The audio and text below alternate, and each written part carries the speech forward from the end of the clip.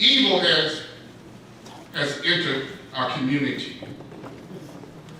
Evil has affected our family. I want to talk about small kids being sold as a temporary or permanent transaction. It's a rabbit hole I don't go down much, as it's really hard to research. Not difficult to find the information, just it's awful. It's very hard to wrap your head around why people would do this. But just because I don't understand it doesn't mean it's not happening. And a big wake-up call for me was the murder of Kamarie Holland last December. And I want to do an update on the video I made in January on it, because we have some more details, some more updates from her father, which I'll talk about at the end. But please, I know it's weird giving videos like this a thumbs up. Please give it a thumbs up, because I'm not going to shy away from some of the details here. More than likely this video will be demonetized pretty fast. So it's very unlikely to appear even in the homepage of subscribers. So please give it a thumbs up, because that might help it. For subscribers anyway, at least. And to be honest, I understand why.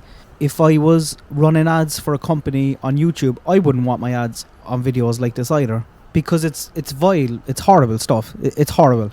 And these details are horrifying, so please, if you're triggered by anything like that, please click off this video now, because this is a bad one. If you haven't watched my first video, please watch it. But we know Kamarie's mother sold her as a temporary transaction. How these things are set up is beyond me. I can't understand. And it's details like this in this case that I find very interesting in learning about.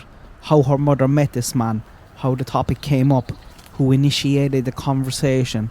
How did they know the other person was going to be receptive to it? Did they need much convincing? All that part is the part I don't understand.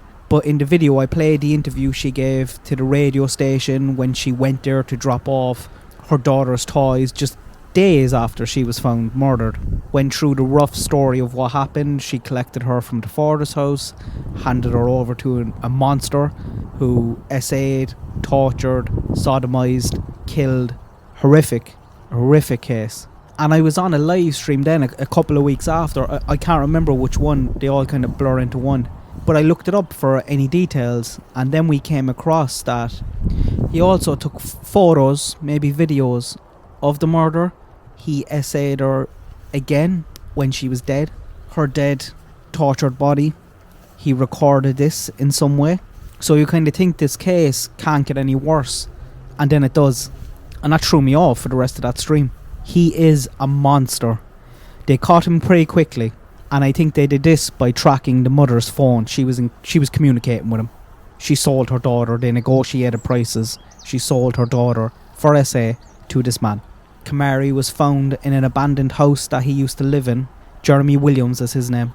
He was out on bond at the time of the murder, and we've learned a bit about him since. Earlier in 2021, he was charged with battery, family violence, and third-degree cruelty to children. Back in 2009, he was charged with child abuse. He was accused of submerging a 3-year-old boy in boiling water. I don't know, was it a bat or a big pot? He said the boy did it himself, and I think it was pretty much his word against the boy, and he was acquitted in 2012. I think the people who acquitted him, the people on that jury, are having a lot of sleepless nights now. Doesn't stop there though. Back in 2005, he was the prime suspect in a 1-year-old baby being beaten to death. This 1-year-old baby was his own daughter. Blunt force trauma. He's the only suspect in the case, and I think this case has actually reopened, but it doesn't look like there's much evidence there. But no doubt, he did it. I'm telling you now, he did it.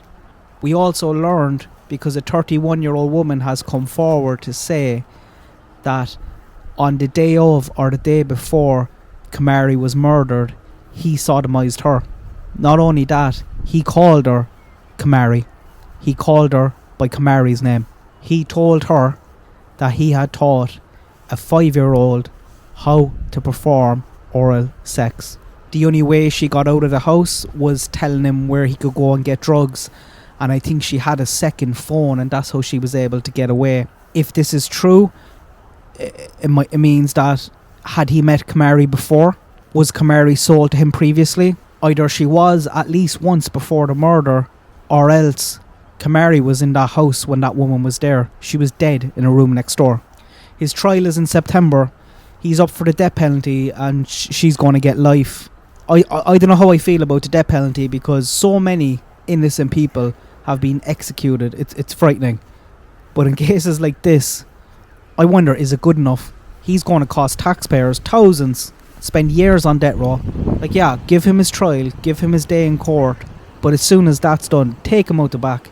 Just take him out the back and put him down. I have zero empathy for the mother. She should be facing the same fate, in my opinion.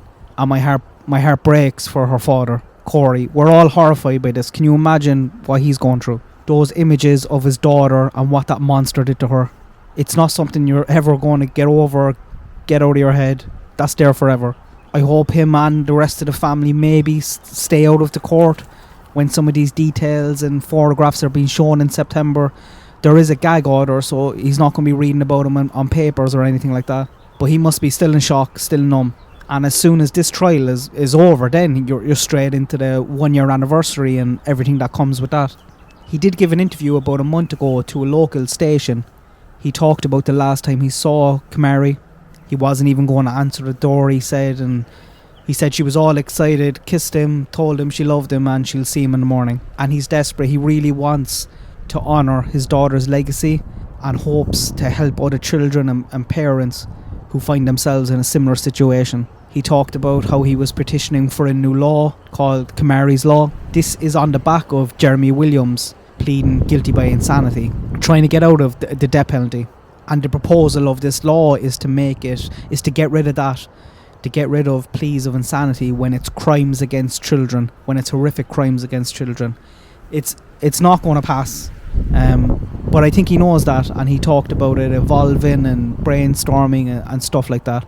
But he's grieving, he's desperate to create something in her name, to give her a legacy. Just try to get something positive out of this. I will link that down below in the description. Please go over and give a message, because I know he reads all the comments. Just a message of support. And he's not going to leave this alone. He's going through hell. He's grieving. He's determined to honour his beautiful daughter. Princess, he calls her. He talked also about how he was in the early stages of a non-profit in her name to help people with addiction and children. The community, I think, is a good support to him. They're shook by this as well. But I do think he has a good little support circle, thank God. Please use this case as an example. If someone tells you this doesn't happen, show them this.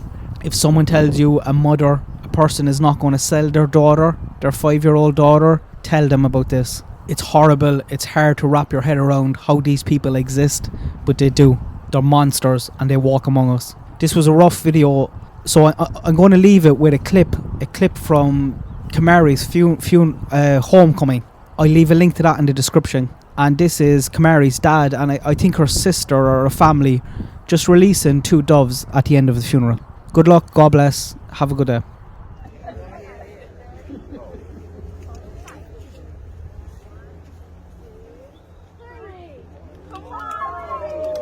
There you go. There you go.